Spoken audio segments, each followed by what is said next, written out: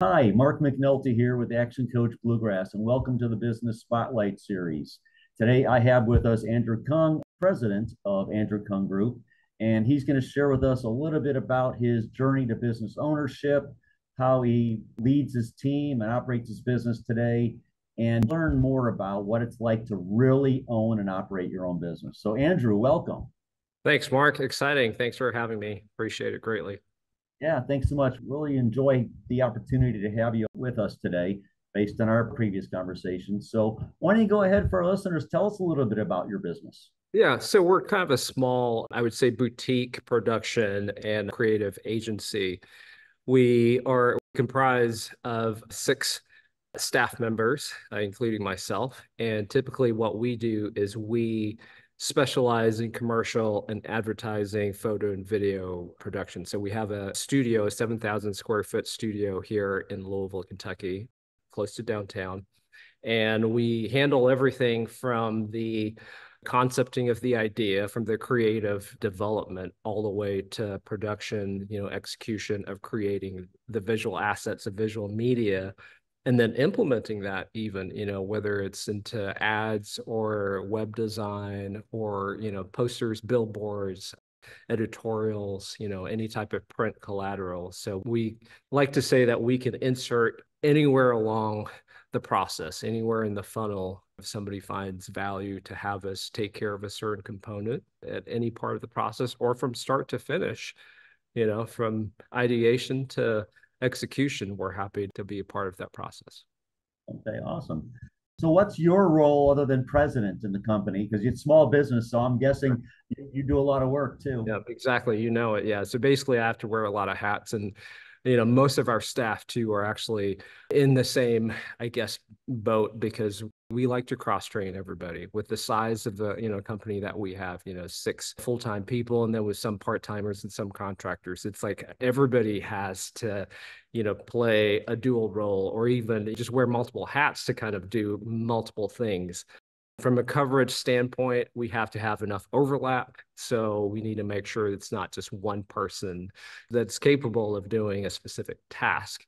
So me personally, obviously, I handle everything from a very high level and macro level, bird's eye view, managerial, responsibilities, but I also do a lot of the actual shooting. I do a lot of the actual production.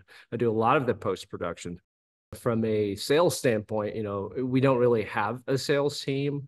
We don't really have a sales process. We don't really do a lot of outreach for sales, but if anything of that nature occurs, that falls in my plate, of course. So yeah, I kind of do everything from that to accounting to HR to maintenance to cleaning up the studio, cleaning up the office. So it's basically what you have to do in small business. Right. Okay. So, who's your ideal client? Who do you serve?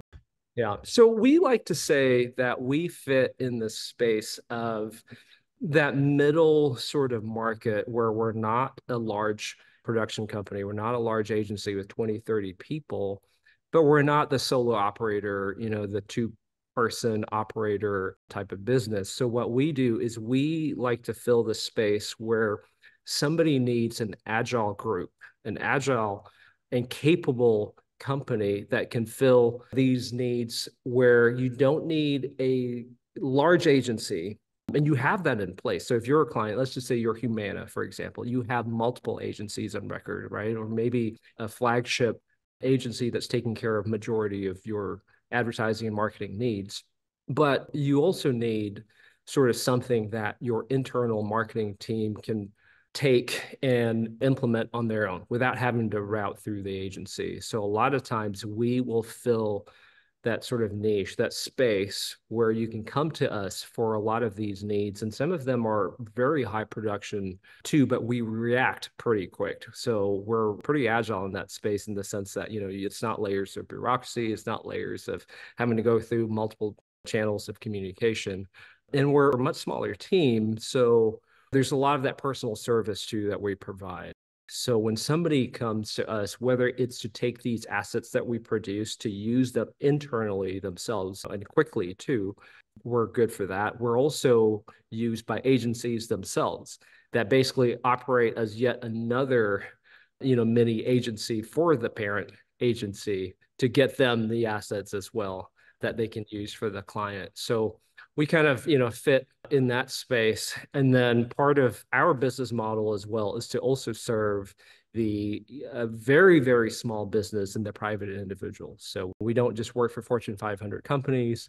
We've got basically our business tailored to if it's just a single business owner or a private individual that just needs, a corporate headshot. We're set up to, and obviously our space, having 7 to 10,000 square feet in our space is a little overkill for that, but we definitely service that market as well. Okay. So other than through agencies where you get some of your business, how do clients find you?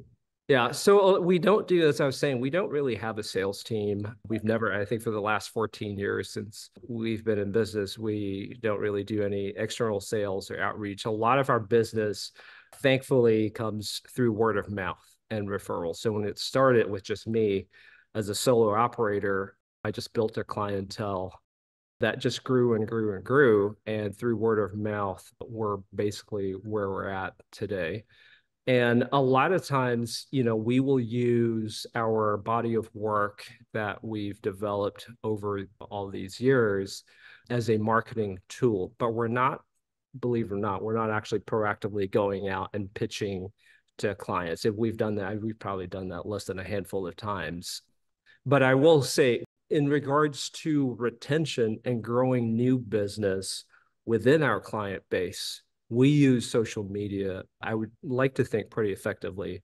So, for example, on our Instagram, we've got about 60,000 followers. And so a lot of them are actually our clients. So we don't necessarily book new business or new clients through social media. It happens, rarely. It just happens as it happens every now and again, but it's definitely not sort of a lead generator or funnel for us. But what we do is that when we show our body of work on Instagram, for example, our existing clients that do follow us, that are part of that audience, one, they see us that we're always at the forefront, in their minds because they see what we're doing, even if it's an unrelated industry. And then they kind of get inspired too to maybe implement and extract some of what we're doing for somebody else to go, that's really cool. Maybe that's really not relevant to our business, but maybe we could do something like this for our business. So it helps remind them that we're around and we're doing very creative work. A lot of cool stuff is going on. So that sort of helps with the retention, and that helps with basically just creating new business within our current client base. Okay, awesome. Tell us a little bit about your journey. So did you go to school to study this and open a business from there, or kind of how did you get? So that's kind of an interesting story because really I was not trained. If we sort of, distill it down to what is production, if you go, what is at the very basic, at the core of it, it's photography, videography, right? Did I go to school for that? No, not at all. So my first degree was sociology. My second degree was economics, and I started my MBA. But, very early on this journey, one, to backtrack a little bit, when I was growing up, my dad collected cameras, and he wasn't a professional photographer, but it was just a hobby, and he was more of a collector than a photographer. But I was around, obviously film cameras, and just sort of picked up that interest of, wanting to capture stuff and, work on composition of what is a good picture, what's good lighting. And, I was really young. And so it was more of a hobby to kind of mix in with sports and everything else. And so when I got to college, I kind of left this, I guess, in high school, didn't really do a lot of photography, but then in college, picked it back up and started doing this probably in the early 2000s just for fun. And then eventually, with, I guess, the advent of social media, a lot of my work started getting somehow just picked up by various people. And then I started getting offers to shoot for a magazine and to shoot for a cover and to shoot for, certain products. So it's really interesting because I started doing that just as a hobby, wasn't a commercial business. but refined my skills that way and honed my skills, and eventually started my own company doing production, doing photo and video work, while actually, obviously doing a day job as well. So it started out as a hobby. I had a day job. I worked in an entirely different field and then slowly transitioned to going out on my own with my own business and doing this full time. I call that being the accidental entrepreneur. And there's a lot out there, and that's a great way to start. That's a great story. So, what's a memorable hurdle you had to overcome in that journey to building it, to going from side gig to full time to adding team and growing? What's Right. something Right. kind of sticks out that you really had to work through? Yeah. So for me, in my mind, there were a lot of these hurdles where when I say we, really, it was just me at that point, where I had to basically just climb to the next plateau. So when I had a day job, it was a pretty decent job and I loved who I was working for. The salary was good, the benefits were great, but wanting to transition to my own business was scary and obviously a huge risk. And at that point in time, I wasn't, fully comfortable just leaving, just going cold turkey and quitting my job and moving to starting my own business officially. So I kind of transitioned slowly, did maybe, less full-time day job stuff and then kind of funneling my energy and resources into starting a business. And then when I finally made the transition, overcame that was scary because when I made the full switch, 100% being an entrepreneur, starting my own business, it felt like, there was no work. And I lost, obviously my health benefits, my 403B. I lost a lot of these other parts, my salary. So that was kind of scary for me. Mentally, I think it prepared me to just, kind of push and fight and get over this fear of just going out and looking for work on your own and building your own business. So that started out that way of trying to overcome all of that. And then as I grew really and hiring my first employee, it was a huge hurdle too, because really I was getting at that point enough work to sustain me now without a full-time job. And I was like, great, this is excellent. I've hit this plateau. I'm comfortable. I've got a full-time job. I can pay for health insurance. I can take care of my family. But we're getting more work now, and it's about time to maybe hire somebody to take on a little bit of that workload and then grow more. Because my intent was to obviously not stay at that level, but to keep getting more work and growing the business. But, the chicken or the egg, which comes first? Do you hire somebody and then look for more work? Do you try and get more work, but then you can't really service your clients with that because you don't have an employee? Because there's onboarding, there's training, there's, so it's like, which comes first? So when I hired my first employee, that was another stressful moment. That was another plateau where you are spending more money than you have income coming in, because you're really just investing in the future. You're investing in somebody else, you're investing in the company, looking ahead to just try and get more business. So, I look at all of this as like just various challenges and hurdles that we've had to overcome, because that just keeps that magnitude just keeps growing, as we went from 1 to 2 to 4 to 5 to 6, and we're still growing. When we went from a space that was, 800 square feet to 16 to 2,500 to now almost 10,000 square feet, we're always looking ahead to kind of grow before the business is there and then slowly bring the business in. So that's kind of like what we've been facing. And one of the hardest things, mentally, you think you get comfortable and then you decide to push the boundaries and you push yourself, and then you're really not comfortable anymore. And you're just, back in that grind again. So yeah, that's one of the biggest challenges that we've been facing, is just we're not content. So, we just keep wanting to expand. Yeah, that's always the good news, but then there's the bad news that comes with that, is it brings new challenges with it. So you've grown your team over the years. There's 6 full time. You've also used some part time when you're doing shoots, I imagine, and bigger things. So how has your management and leadership style needed to change over the years? Yeah, that's a good question. So, I think, it's not something that I came up with, but I've heard this a lot, and it resonates with me, where a lot of great leaders, a lot of people that I look up to will say, you don't want to be a boss. You want to be a leader. So really, when we look ahead, like kind of what I was talking about, is like I want to set the pace. I'd like to, and I hope I'm slowly learning how to do this better as a leader, is I want to be ahead and to set the standard and to have people go, that's where we want to be. So I want to lead the charge.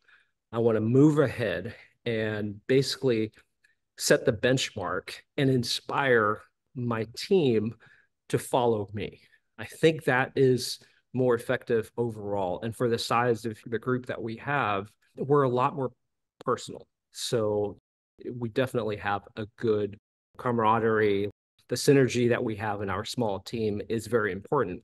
So I want to lead by setting the example and having people follow, as opposed to being a boss and being at the back, of the pack, at the back of the line, motivating people by saying, this is, isn't done right. Here's what we need to do, or this is going to happen. I know it's a whole, carrot or the stick sort of analogy, but I think I like it more where, you're either ahead as a leader or you're behind as a boss. Both will sort of push, the team forward. It's just how we do it. Are we pushing or are we pulling? So I'm starting to learn how to be a leader and to inspire more and have people get motivated by being inspired. Okay, awesome. So when you do add team, what's your approach to attracting and hiring the right people? Because on a small team, one wrong hire can really be disruptive. Absolutely. So I think when we look at it from our perspective as the company, from our lens when we're hiring, the first thing, because we are a creative production company, so the crux of it has to be, is somebody that we're looking at a creative person.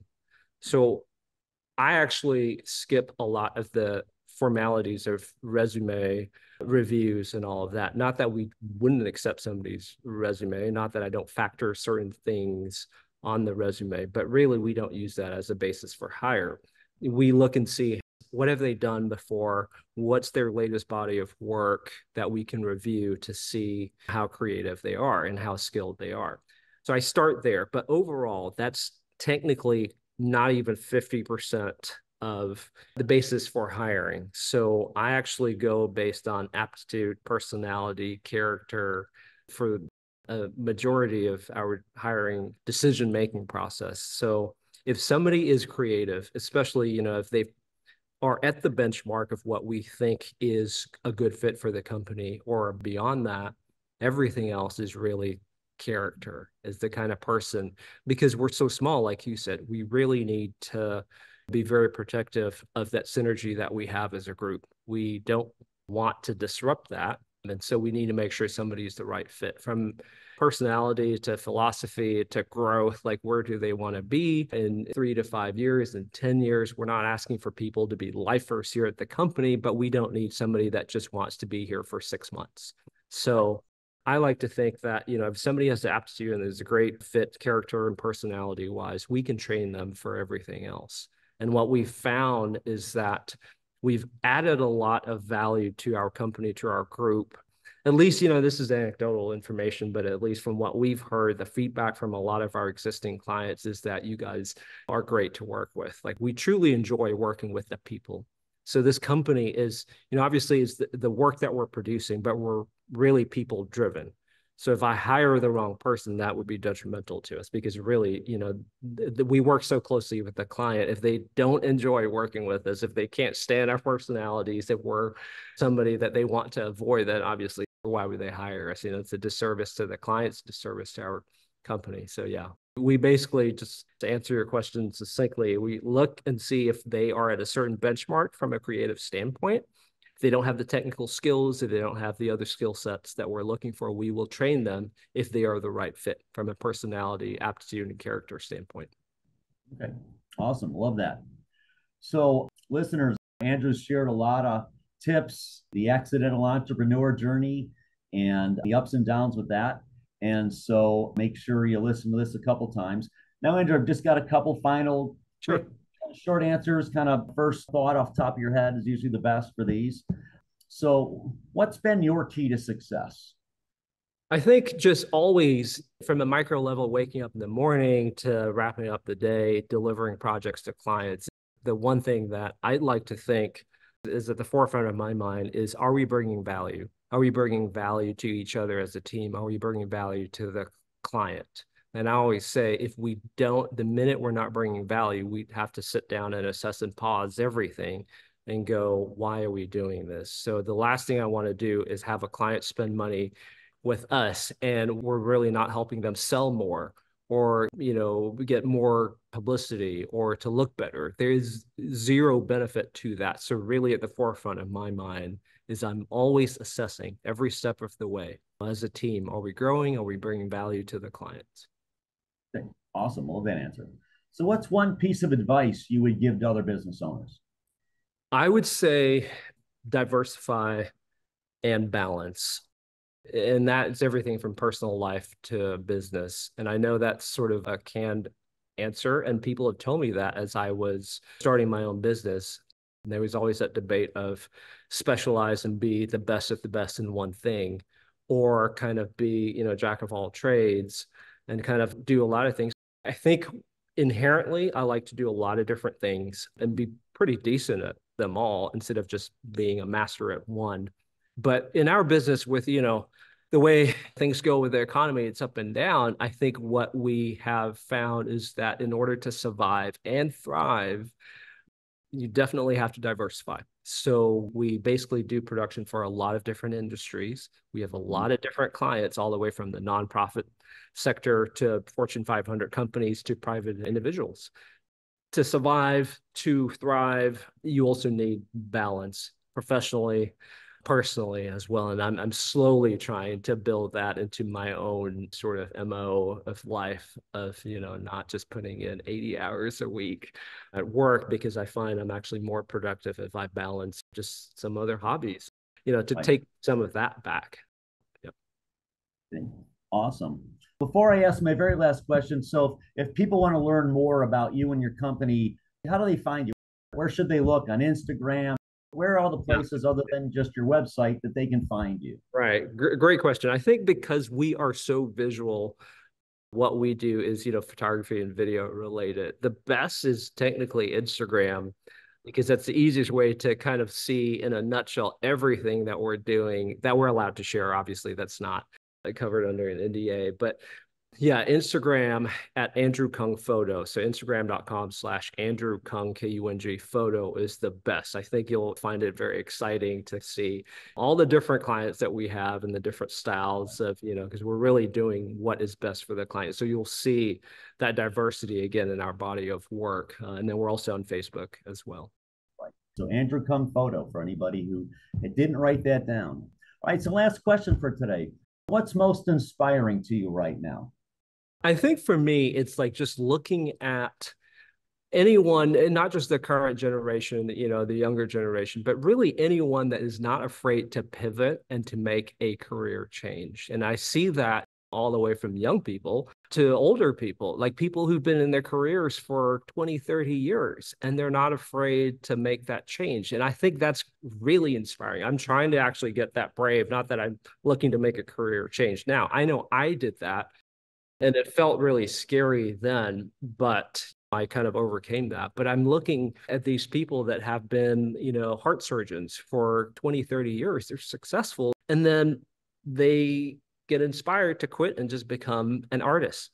And that is so inspiring to me to see that somebody is so brave to say, I'm not going to be a heart surgeon anymore. I'm going to paint some watercolor art. And yes, my standard of living, my income is going to drastically change, but that's okay. And I've seen that across the board. I think COVID inspired or instigated a lot of that, but that trend seems to have perpetuated itself a lot more now. And yeah, I find that extremely inspiring. Awesome. Thank you. I really like that. So this has been Andrew Kung, president of Andrew Kung Group. He's shared a ton with us today. So make sure you bookmark this YouTube channel so that you can get notifications when future interviews drop. and make sure to watch us a couple times to pick out all the different nuggets Andrew shared with us today. Andrew, thank you so much for your time today. Really appreciate it. Yeah, great talking with you. We'll see you again on the next interview. Thanks, everyone. Take care.